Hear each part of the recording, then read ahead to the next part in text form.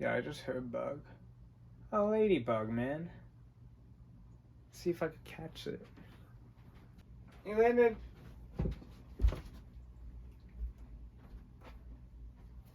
On my shirt. That kind of works out for the intro. How's it going, everybody? It's HobbyBiology, and today I'm bringing you a video I've been waiting for quite a bit, but I think I'm ready now. I'm excited to show you all of my setups, my exhibits. I don't know really what to call them, but today I'm going to be showing you all of my amphibians for the most part, and my crested gecko. It's been 2 months since we got her, so I figured I'd give you all an update. I want to update you all on the newts also, since they've been moved to a more aquatic environment. I think that's going to be the first thing I do, is show you all how the newts are doing. So let's get right into it.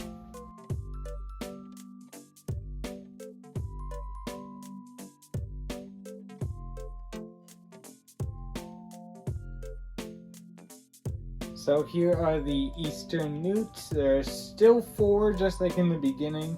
They are thriving, honestly. They're doing really well. It's only been almost a year since I've gotten them, and I've noticed a crazy change in just about all 4 of them. One has honestly changed totally to a more aquatic lifestyle. I don't think he's under the water right now. I could have a look. But there's just one guy that's fully developed in here. The rest of them, they're getting there, and especially one of them has kind of turned a more kind of darker yellowish and brown.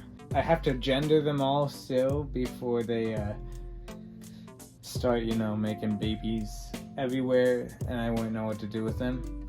They've honestly all just about gotten used to the water, but they're not quite aquatic yet. But they're not as scared to swim as I see them venturing to the other end of the tank.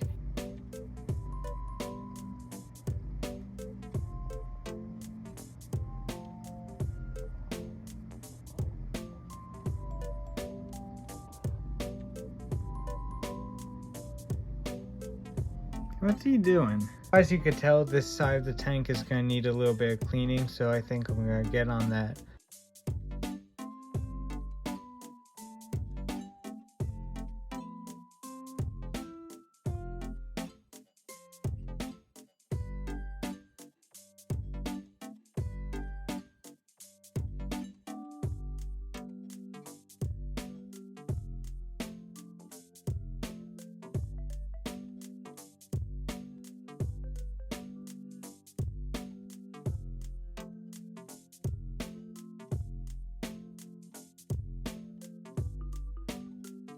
And while I'm here, I'm going to give them their water because they look like they could use a little bit.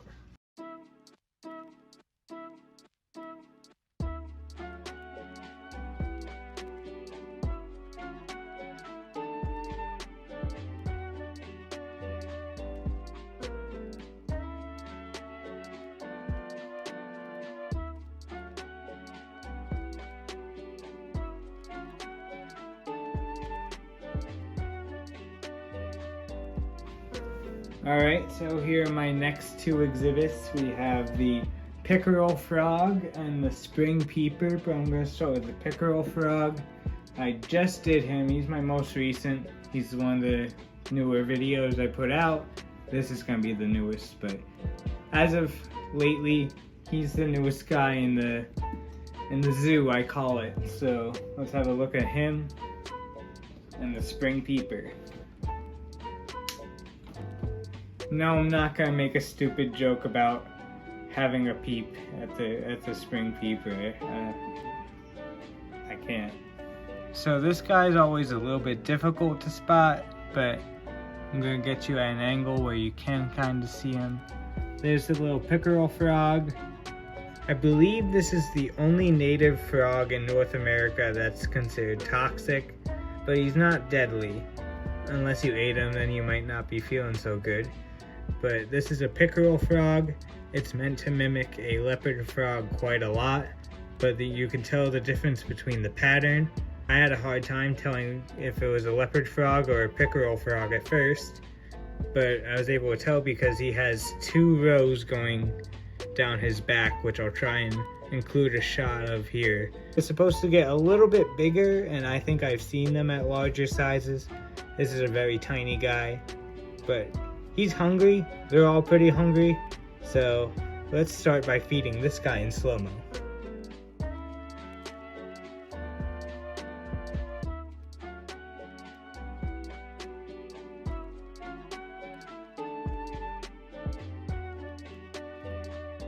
That was honestly quite the display from this guy. I'm very proud of that. I like how it's kind of got that like golden tint to it. If you haven't heard, its name is Pickle because it's a pickerel frog, I don't know. This next one, the spring peeper, is always impossible to see from the side. So I'm just gonna give you guys this kind of point of view that I get. The camera's in front of me, so I'll make it work very carefully. But this is a DIY lid. I made it with a fan cover, and I kind of used bread ties on the screen to hold it in place. Without further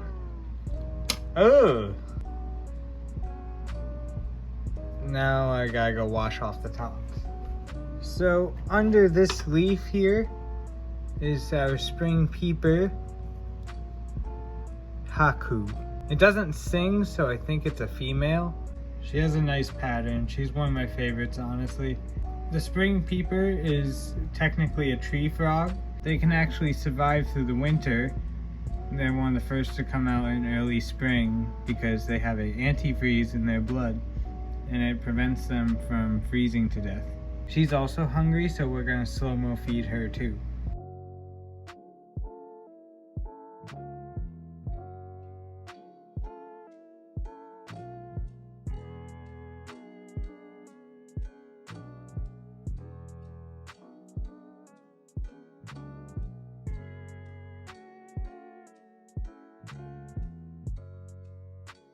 So that was pretty good, except there's another poop.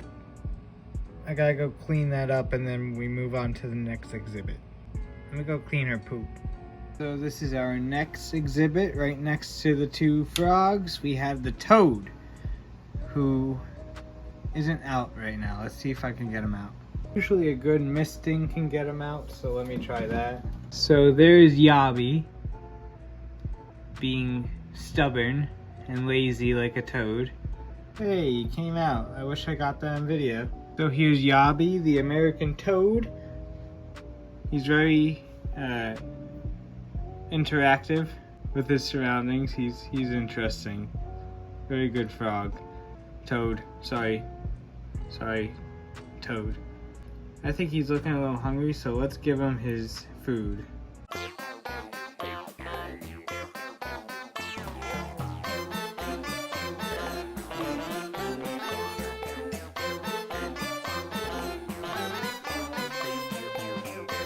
Get it, Yabi, get it! Get him, bro! They're right there, man! You know what? He can find that cricket on his own time.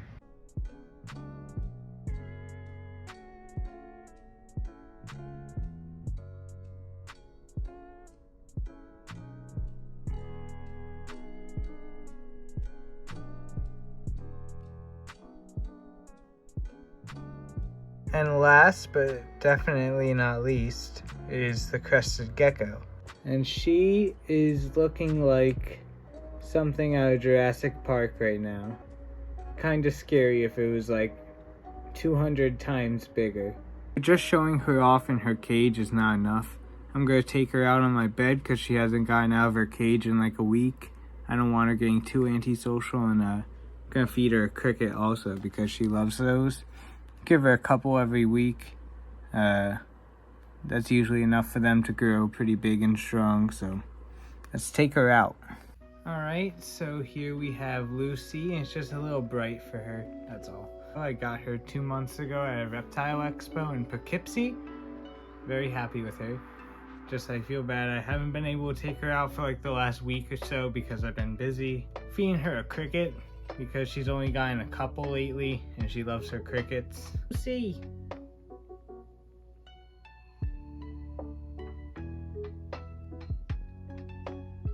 You got a cricket on the way.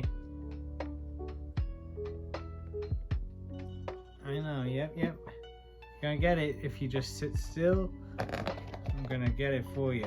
Oh, she might want to go to this hand. That's alright, let's get her on it. So I'm gonna try and feed her this while I'm holding her. I don't recommend it, but I think it can be fun. Especially helps the gecko get used to you. Just gotta make sure I don't lose the cricket or the gecko. Here's your cricket. Oh, come on. There she goes. I think it helps her get a little more comfortable with me, especially since I haven't been taking her out so much. I think it shows her that I'm giving her food. Hey, don't bite my arm hair. Ow! Ow, okay, muncher, you're going back. You're bunching my arm hair, yo. Alright, well, it's 1:30 in the morning and I'm very tired. I didn't think I would be doing this for 3 hours, but it was a lot of fun. I am glad I got to demonstrate everything except the toad. I have to make another video on the toad because it didn't want to eat this time. But I swear usually he loves crickets, so I don't know, homie didn't feel like eating. I'll see you guys in my next video. If you like this content, like and subscribe down below. Check out my Instagram. I'm always putting updates out on there. You get a little inside look and behind the scenes at what I'm putting out on YouTube. So Instagram is down below in the description. Thank you all for joining me tonight. It was a lot of fun. Hope you all enjoyed the video as much as I enjoyed making it. And I'll see you guys in the next upload.